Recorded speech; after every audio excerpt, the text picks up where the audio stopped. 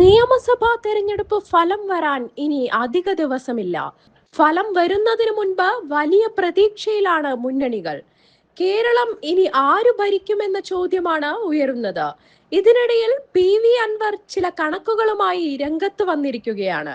നിയമസഭാ തെരഞ്ഞെടുപ്പിൽ UDFന് ഉജ്ജ്വല വിജയമുണ്ടാകുമെന്ന survey റിപ്പോർട്ടുമായാണ് ബേപ്പൂരിലെ UDF സ്ഥാനാർത്ഥിയും മുൻ MLA-യുമായ PV അൻവർ രംഗത്തെത്തിയിരിക്കുന്നത്. 89 സീറ്റുമായി UDF അധികാരത്തിലെത്തുമെന്നാണ് PV അൻവറിന്റെ സർവേ റിപ്പോർട്ട്. PV അൻവർ തന്റെ ഫേസ്ബുക്ക് പേജിൽ പങ്കുവച്ച പോഡ്കാസ്റ്റിലാണ് റിപ്പോർട്ട് അവതരിപ്പിച്ചത്.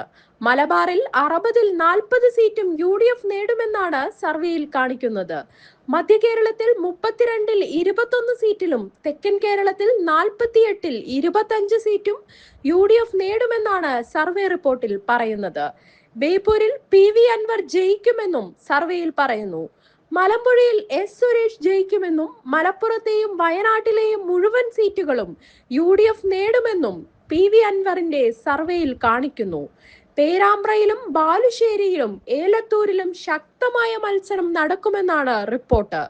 മലബാറിൽ പിണറായി തരംഗം ആഞ്ഞുവീശുമെന്നും അൻവർ പറഞ്ഞു. ധർമ്മടത്തും ഭൂരിപക്ഷം 10,000-ലോ അതിന് താഴെയോ വരാം. പിണറായി വിജയൻ പരാജയപ്പെട്ടാലും ഞെട്ടണ്ടെന്ന് അൻവർ കൂട്ടിച്ചേർത്തു. അതേസമയം ഇന്ന് വിവിധ ഏജൻസികളുടെ എക്സിറ്റ് പോൾ ഫലങ്ങൾ പുറത്തുവരും.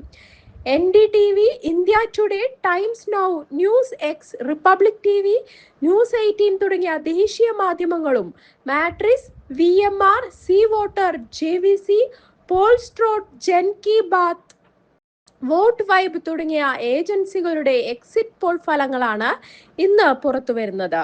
മെയ് 4-ാം തീയതിയാണ് തെരഞ്ഞെടുപ്പ് ഫലം വരുന്നത്.